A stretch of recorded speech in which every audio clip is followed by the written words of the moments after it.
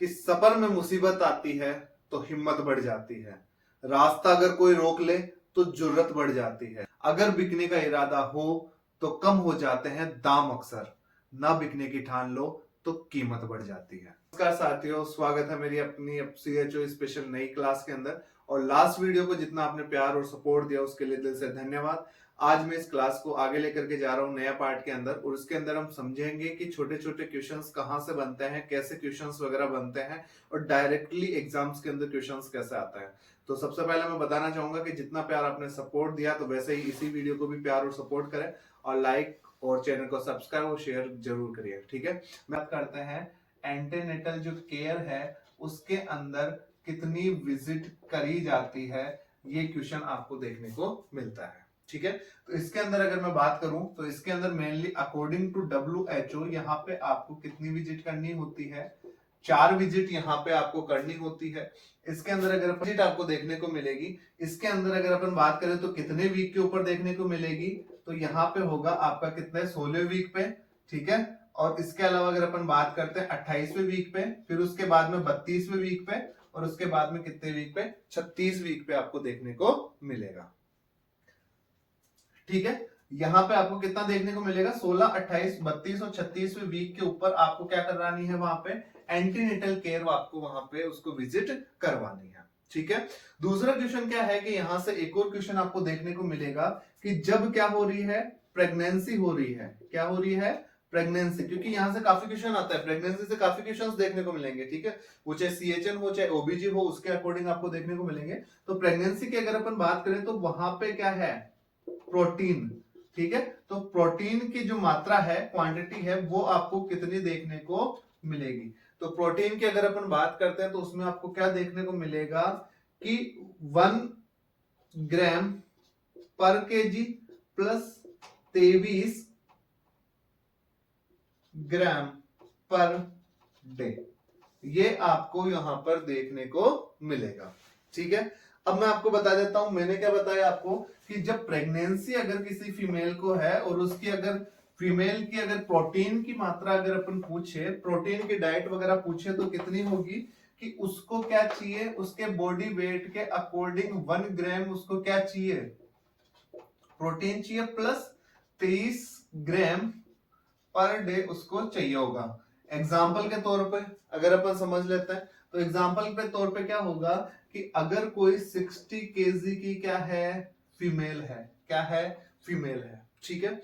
अब उसको कितने प्रोटीन की मात्रा चाहिएगी, तो हम यहाँ पे क्या करेंगे, 60 plus 23 is equal to 83 gram per day उसको क्या चाहिए, उसको प्रोटीन की मात्रा उसको देखने को मिलेगी कि उसको इतनी मात्रा उसको चाहिए,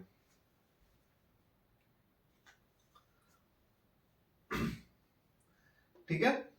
अब इसके अलावा अगर अपन बात करते हैं तो इसमें क्या होगा कि जब अपन ने किसके बारे में पढ़ लिया, प्रोटीन के बारे में पढ़ लिया, ठीक है।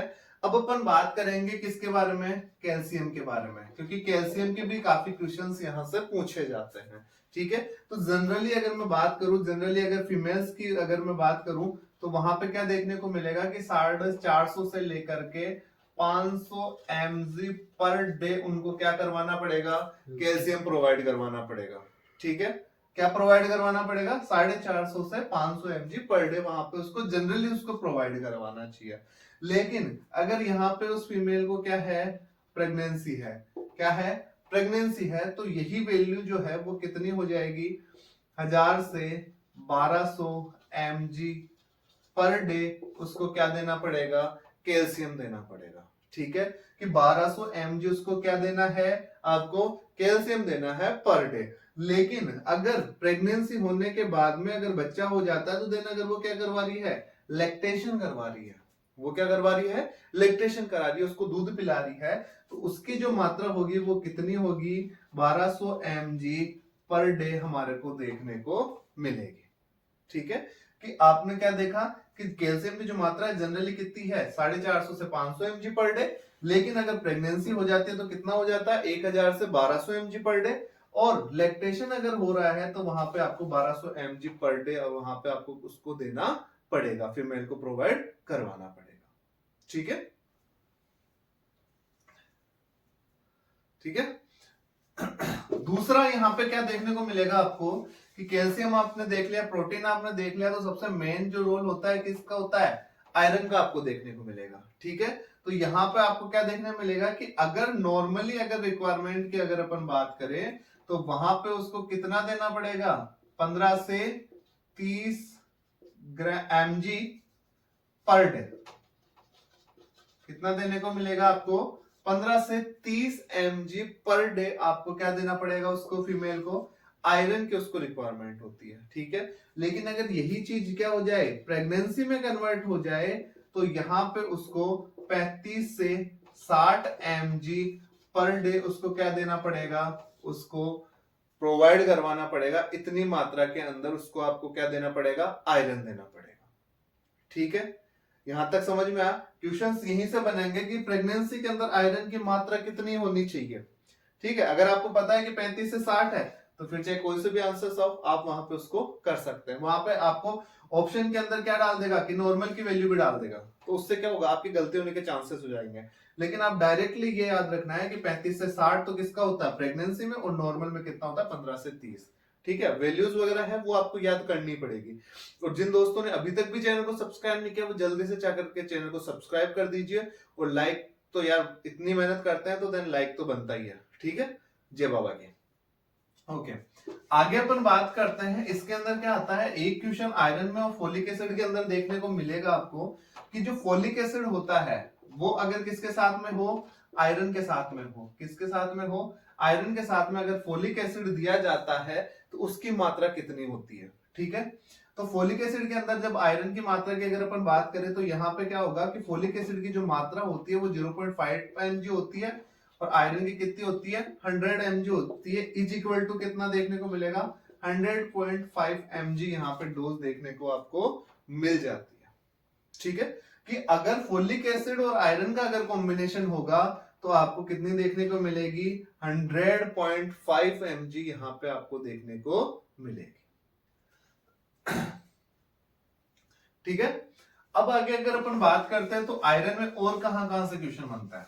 ठीक है, तो आयरन से एक क्वेश्चन आपको देखने को क्या मिलेगा, आयरन के अगर अपन बात करते हैं तो आयरन को किसके साथ में देना चाहिए होता है। ठीक है, कि आयरन जो है वो किसके अंदर देगा, तो मैं सीधी सी बात बता देता हूं आपको कि जो सिट्रिक एसिड होता है, क्या होता है, सिट्रिक एसिड, लाइक क्या, लेमन जूस। ठीक है, मतलब आपको अगर खट्टी चीजों के साथ में, विटामिन सी के साथ में अगर आप क्या करते हो, आयरन की टैबलेट्स वगैरह दे रहे हो तो उसका एब्जॉर्प्शन है वो आपको क्या होगा, बढ़ा हुआ देखने को मिलेगा। लेकिन कभी भी किसके साथ में आपको नहीं देना, हरियाणा सीएचओ का क्वेश्चन आया हुआ था, आपको बता देता हूं मैं अभी। हरियाणा सीएचओ में पूछा हुआ था कि आयरन की जो टैबलेट्स है वो किनके साथ में नहीं दी जाती है। ठीक है, तो एक को छोड़ करके किनके साथ में नहीं दी जाती है, तो मैं आपको बता देता हूं कि मिल्क एंड मिल्क जो प्रोडक्ट वगैरह होते हैं, मिल्क एंड मिल्क प्रोडक्ट जो है वो है, उनके साथ में कभी भी आयरन की जो टैबलेट है वो आपको नहीं देनी है। क्या करनी है, आपको आयरन की टैबलेट इनके साथ में नहीं देनी है, चाहे दूध हो, चाहे दही हो, चाहे पनीर हो, उनके साथ में आप इनको नहीं दोगे।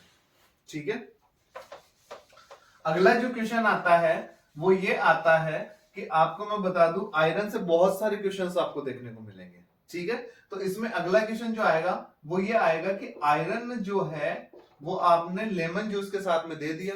ठीक है, मिल्क एंड मिल्क प्रोडक्ट के साथ में आपको उसको नहीं देना है। इसके अंदर मैंने आपको बोला कि एक क्या चीज और आती है, फोलिक एसिड आती है। क्या आती है, फोलिक एसिड। तो आपको मैं बता दूं कि फोलिक एसिड जो है उसकी अगर क्या हो जाए, डेफिशिएंसी हो जाए, क्या हो जाए, डेफिशिएंसी हो जाए, तो आपको एक कंजेनाइटल अबनॉर्मलिटी जिसकी अगर अपन बात करें या बच्चे में जन्मजात कौन सी दिक्कत हो जाती है, तो उसको अपन बोलते हैं एंटीडी न्यूरल ट्यूब डिफेक्ट। मतलब अगर फोलिक एसिड की अगर क्या हो जाएगी, डेफिशिएंसी हो जाएगी, तो आपको न्यूरल ट्यूब डिफेक्ट देखने को मिलेगा, जिसको अपन कोष्टक में बोल देते हैं क्या, एनटीडी, यहां पे इसको अपन बोल देते हैं। ठीक है, आई होप ये चीज आपको समझ में आई होगी। आयरन की अगर अपन बात करें तो फोलिक एसिड की तो अपन ने बात करी ली कि इसकी कमी से क्या देखने को मिलेगा, आपको न्यूरल ट्यूब डिफेक्ट देखने को मिलेगा। दूसरा सबसे बड़ा जो क्वेश्चन बार बार जो क्वेश्चन पूछा जाता है वो ये है कि आयरन वो कब दिया जाएगा, ठीक है, कि आयरन के आप जो टेबलेट दे रहे हो वो उसको कब प्रोवाइड करवाओगे, ठीक है, कि खाना खाने के बाद में लेना है, खाना खाने के बाद में लेना है, खाना खाने के साथ में लेना है, तो दिन किसके साथ में आपको लेना है, उन चीजों के बारे में अपन डिस्कशन करते हैं और बेस्ट ऑप्शन कौन सा होता है। यहाँ पे काफी क्वेश्चन जो है वो कंफ्यूज कर देता है, ठीक है। तो यहाँ पे बात करेंगे अपन किसकी, आयरन की। किसकी बात करेंगे, आयरन की। तो आयरन का मैं बता दूं कब दी जाएगी, तो इसका सबसे पहला जो फर्स्ट चॉइस है वो फर्स्ट चॉइस क्या है कि इसको बिफोर द मील देना है। क्या करना है, बिफोर द मील देना है। खाना खाने से पहले अगर आप दे रहे हो तो वो क्या है, द बेस्ट तरीका है आयरन को देने का, ठीक है। लेकिन अगर आप उसके साथ उसको नहीं दे रहे तो विथ द मील भी इसका आंसर क्या जाएगा, राइट जाएगा। अगर ऑप्शन में ये नहीं है बिफोर द मील तो देन आंसर क्या जाएगा, विथ द मील आप आयरन को दे सकते हो, ठीक है। अगर ये भी नहीं होता है तो थर्ड जो इसका आंसर जाएगा वो ये जाएगा कि आफ्टर मील। अगर ऑप्शन में विद द मील नहीं है, बिफोर द मील नहीं है, तो देन आंसर कहां पे जाएगा, आफ्टर मील जाएगा, ठीक है। तो फर्स्ट प्रायोरिटी अगर मेरे से पूछे तो वो क्या आएगी, बिफोर द मील आएगी। सेकंड प्रायोरिटी क्या आएगी, विद द मील आएगी। और थर्ड अपॉर्चुनिटी जो देखने को मिलेगी वो क्या आएगी, आपको आफ्टर मील देखने को मिलेगा, ठीक है। आई होप ये बहुत सारे क्वेश्चंस जो हैं वो आपको समझ में आ रहे होंगे और आपको पता भी चल रहा होगा कि अपन एक भी क्वेश्चन नहीं छोड़ रहे हैं, ठीक है। तो आई होप, तो देन आगे बढ़ते हैं, ठीक है। तो जिसने चैनल को सब्सक्राइब नहीं किया वो जल्दी से जाकर के चैनल को सब्सक्राइब कर दीजिए। जय बाबा की। आगे बात करते हैं। तो अगला क्वेश्चन अपन देखते हैं। अगला क्वेश्चन है अपना यूट्रस से, कि यूट्रस से किस किस तरीके के क्वेश्चंस आपको देखने को मिलेंगे। देखो यहाँ पर अभी जो अपन ने क्वेश्चंस वगैरह सोल्व करे वो आपके पीडियाट्रिक की जो एमएसएन है वहां से भी क्वेश्चंस हो गए, अपने गायनिक के भी हो गए, अपने सीएचएन के भी क्वेश्चन हो गए। अब अपन बात करते हैं यूट्रस की। तो यूट्रस की अगर अपन बात करते हैं तो यूट्रस की जो नॉर्मल लेंथ जो है वो कितनी है, 7.5 सेंटीमीटर की होती है। कितनी होती है, 7.5 सेंटीमीटर की होती है। अगर मैं इसकी क्या बात करूं, वेट की बात करूं, तो इसका नॉर्मल जो वेट है वो कितना होगा, 50 to 60 ग्राम आपको देखने को मिलेगा, ठीक है। यूट्रस है, नॉर्मल फीमेल का जो यूट्रस होगा उसकी लेंथ कितनी होगी, 7.5 सेंटीमीटर होगी। और अगर उसकी बात करते हैं वेट की, तो वेट कितना होगा, 50 to 60 ग्राम उसको अपन को देखने को मिलेगा। लेकिन अब इसमें क्वेश्चन आता है, इसमें भी सस्पेंस है। आप सभी को पता है कि इसमें वो क्या पूछेगा कि एट ट्रम, क्या पूछेगा, एट ट्रम इसकी लेंथ क्या होगी, एट ट्रम यूट्रस की लेंथ क्या होगी। और क्या पूछेगा, एट ट्रम इसका वेट कितना हो जाएगा। तो वेट कितना होगा, 900 से 1000 ग्राम आपको देखने को मिलेगा। कब, एट ट्रम पे। कब देखने को मिलेगा, एट ट्रम पे इसका वेट जो है वो कितना हो जाएगा, 900 से 1000 ग्राम आपको देखने को मिलेगा, ठीक है। और इसकी अगर लेंथ की बात करें तो क्या देखने को मिलेगा, 36 सेंटीमीटर आपको यहाँ पे इसकी लेंथ देखने को मिलेगी। तो यूट्रस से जो क्वेश्चन क्या क्या आया आपका कि इसकी नॉर्मल लेंथ कितनी होती है, 7.5 सेंटीमीटर, लेकिन ये एट्रम कितनी हो जाती है, 36 सेंटीमीटर आपको देखने को मिलेगी। नॉर्मली वेट कितना होता है, 50 से 60 ग्राम, लेकिन एट्रम कितना देखने को मिलेगा, 900 से 1000 ग्राम। मतलब अपन जो भी क्वेश्चंस पढ़ा रहे हैं उनकी हर एक क्वेश्चन, हर जो लाइन है उसमें से 1 से 2 क्वेश्चन बन रहे हैं, ठीक है।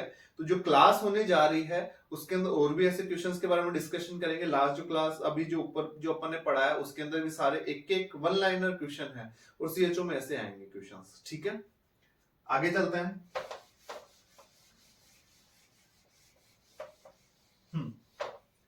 तो अगला क्वेश्चन है, तो अगला क्वेश्चन अपन बात करते हैं हाइपोथर्मिया से।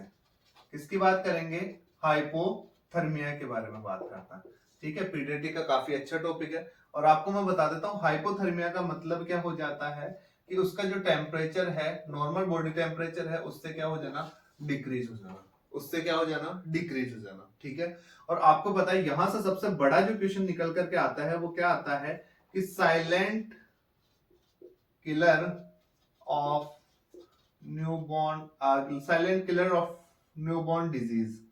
ठीक है, न्यूबॉर्न डिजीज जो होगी, जिसको साइलेंट किलर डिजीज कहा जाता है, वो कौन सी है, हाइपोथर्मिया है। कि मतलब बच्चे को पता भी नहीं लगता कि कब उसकी डेथ हो गई, घर वालों को पता नहीं लगता कि उसकी डेथ कैसे हो गई। ठीक है, तो साइलेंट किलर डिजीज की अगर अपन बात करेंगे तो वो क्या है, हाइपोथर्मिया है। वो क्या है, हाइपोथर्मिया है। दूसरी बात, इस हाइपोथर्मिया को प्रिवेंट करने के लिए जैसे ही क्या हो जाती है, डिलीवरी हो जाती है, तो देन अपन क्या करते हैं, लीलन के जो क्लॉथ होता है, या मैं कहूं सूती कपड़ा जो होता है, उससे बच्चे को क्या कर दिया जाता है, लपेट दिया जाता है। क्या कर दिया जाता है, लपेट दिया जाता है। ठीक है, इसीलिए कि हाइपोथर्मिया उसको नहीं हो जाए। दूसरी बात, यहां से एक और क्वेश्चन आपको देखने को मिलेगा। यहां से आपको हाइपोथर्मिया से क्या देखने को मिलेगा कि यहाँ पे क्या होती है, एक प्रोसेस होती है जिसको अपन बोलते हैं KMC। क्या बोलते हैं, KMC। और इसको अगर मैं एक्सप्लेन करना चाहूं तो वो क्या होगी कि कंगारू जो मदर केयर है, क्या है, कंगारू मदर केयर जो है वो एटलीस्ट कितने टाइम के लिए दी जाती है। ठीक है, कंगारू जो मदर केयर है वो एटलीस्ट कितने टाइम के लिए दी जाती है, तो कितने टाइम के लिए होगी, एटलीस्ट 30 मिनट के लिए तो आपको क्या करना पड़ेगा, कंगारू मदर केयर है वो देनी ही पड़ेगी। अब जो KMC है उसके लिए जरूरी नहीं है कि किसके द्वारा ही दी जाए, वो मदर के द्वारा ही दी जाए, उसकी माता के द्वारा ही दी जाए। ये उसका कोई भी जो फैमिली मेंबर्स होता है उसके द्वारा ये दिया जा सकता है। ठीक है, कि फैमिली मेंबर्स हैं उनके द्वारा भी इसको दिया जाएगा। ठीक है, लेकिन एटलीस्ट कहां तक लिया जाएगा, 30 मिनट के लिए दिया जाएगा। ये जो क्वेश्चन है वो लास्ट जो 2020 के अंदर जो CHO का एग्जाम लगा था उसके अंदर भी आया हुआ क्वेश्चन है। ठीक है, हर बार CHO के अंदर ऐसे क्वेश्चंस पुट अप किए जाता है। ठीक है, तो पूरी क्लास को ध्यान से सुने, ध्यान से समझे। ठीक है, कि हर क्वेश्चन, हर एक लाइन नहीं छूटनी चाहिए। ठीक है, क्योंकि मेहनत कर रहे हैं, इस बार राजस्थान CHO में सिलेक्ट ही होना है आप लोगों को। ठीक है, तो अगला क्वेश्चन जो है उसके बारे में अपन डिस्कशन करेंगे कि अगला क्वेश्चन क्या है। क्वेश्चन है वो अपना है हाइपोग्लाइसीमिया। क्या है, हाइपोग्लाइसीमिया। देखो, हाइपोग्लाइसीमिया का मतलब क्या हो गया कि जो नॉर्मल वैल्यू होती है किसकी, ग्लूकोज की, वो क्या है, डिक्रीज हो गई। कि नॉर्मल वैल्यू जो है अगर उससे भी डिक्रीज हो जाएगी तो उस कंडीशन को बोलेंगे अपन हाइपोग्लाइसीमिया। ठीक है, और यहां पे जो क्वेश्चन बनेगा वो क्या बनेगा कि न्यूबॉर्न बेबी है, उसको हाइपोग्लाइसीमिया से बचाने के लिए उसको ब्रेस्ट फीडिंग है वो कैसे दी जाएगी। तो केस आ जाता है कि अगर क्या है उसको LSCS हुआ है, मतलब उसको क्या है, सर्जरी के द्वारा, सीजेरियन डिलीवरी के द्वारा अगर बच्चा पैदा हुआ है तो कितने टाइम के अंदर उसको ब्रेस्ट फीडिंग प्रोवाइड करवाई जाएगी। और अगर क्या हुई है उसको नॉर्मल डिलीवरी अगर उसको हुई है तो कितने टाइम के अंदर उनको ब्रेस्ट फीडिंग दी जाएगी। ठीक है, तो अगर जो LSCS है मतलब सीजेरियन जो है देखने को मिलेगा विथ इन 4 आवर्स के अंदर आपको उसको क्या करवाना है, ब्रेस्ट फीडिंग करवानी है। क्या करवानी है, ब्रेस्ट फीडिंग करवानी है। और अगर वो क्या हो, नॉर्मल डिलीवरी हो, तो उस केस में विथ इन 30 मिनट्स मतलब 30 मिनट के अंदर अंदर उस बच्चे को क्या करवाना है, ब्रेस्ट फीडिंग करवाना है। ठीक है, अगला जो क्वेश्चन आएगा वो कहां से बनेगा उसके बारे में अपन डिस्कशन कर लेते हैं। ठीक है, कि ग्रोथ को लेकर के, ठीक है, ग्रोथ एंड डेवलपमेंट से लेकर के काफी क्वेश्चंस आपको एग्जाम्स के अंदर पूछे जाते हैं। ठीक है, और दूसरी बात यहाँ पे ग्रोथ एंड डेवलपमेंट की अगर अपन बात करें, बच्चे की अगर अपन बात करें तो जनरली जो मेजरमेंट होता है वो किसके द्वारा दिया जाता है, वेट के द्वारा दिया जाता है। और WHO के अकॉर्डिंग अगर अपन बात करें इसके ग्रोथ चार्ट की, ग्रोथ डेवलपमेंट की, तो वेट एंड एज के अकॉर्डिंग। ठीक है, अब क्या है कि जैसे मान लो कि कोई भी बेबी हुआ है, ठीक है, तो उसकी नॉर्मल वेट की बात करें, देखो यहां से भी क्वेश्चन बनता है, वेट से भी क्वेश्चन बनता है कि अगर 2.5 से कितना है, 5.5 क्या, 2.5 से 3.5 kg जो है वो कितना होता है, नॉर्मल बेबी का बर्थ वेट होता है। अगर 2.5 kg से अगर ज्यादा हो गया तो उसको अपन क्या बोलेंगे, LBW, मतलब उसको क्या बोलेंगे, लो बर्थ वेट, मतलब बच्चा अपने जन्म से वेट में क्या है, कमी लेकर के आया। ठीक है, तो उसको अपन ने क्या बोल दिया, लो बर्थ वेट अपन उसको कह देंगे। लो बर्थ वेट कहां से होगा, 2.5 kg से डाउन आता है।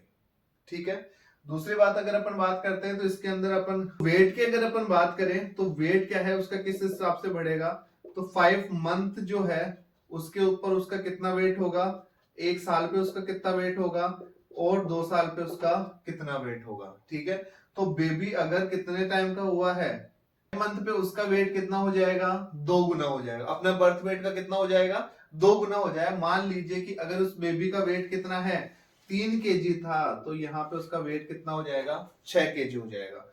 दूसरा 1 साल का अगर होगा तो कितना गुना हो जाएगा, 3 गुना हमारे को देखने को मिल जाएगा। और अगर 2 साल का हो जाता है तो यहाँ पे अपन को कितना गुना, 4 गुना, मतलब 2 साल पे उसका वेट कितना हो जाएगा, 12 kg आपको देखने को मिलेगा। ठीक है, यहां तक आपको मैंने जितना भी पढ़ाया है वो आई थिंक समझ में आया होगा। ठीक है, और उम्मीद करता हूं कि ऐसे ही प्यार और सपोर्ट आप बनाए रखेंगे। तो जल्दी से अपने चैनल को, अभी तक भी जिसने सब्सक्राइब नहीं किया वो जल्दी से सब्सक्राइब कर लीजिए। और मैं काफी कुछ ट्रिक्स वगैरह लेकर के आऊंगा अगली क्लास के लिए। ठीक है, तो प्यार और सपोर्ट बहुत ज्यादा बनाइए, सपोर्ट करिए। ठीक है, कि देन हम आगे और भी अच्छा अच्छा कंटेंट लेकर के आए। और इतना सपोर्ट, प्यार, इतनी वीडियो देखने के लिए दिल से धन्यवाद। Thank you.